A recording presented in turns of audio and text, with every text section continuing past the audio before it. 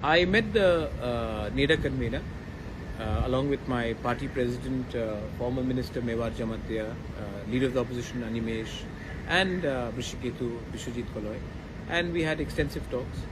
And the Home Minister had spoken to the NEDA convener. He also called me up, and they have assured that there are certain technical processes which have to be put in process, and they have assured us that the process of appointing an interrogator will be done very soon. They asked us to be patient and to trust his word and commitment on it. And today the NEDA convener will also be issuing a statement regarding the same. So therefore we will wait and see what the statement is, and then we will obviously wait for the appointment of the interrogator. Having said that, many questions have come up also whether we will be in the government along with them or we will be in the opposition. We are very comfortable where we are.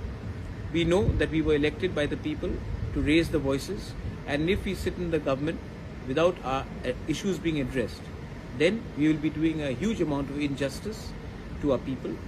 So we have decided that we will not sit in the government, but keep on raising the voices of our people, the grievances, the problems of the indigenous Tiprasa. And till the time there is no complete solution to our demand, we would rather sit in the opposition than sit in the government and become silent. So that's our stance.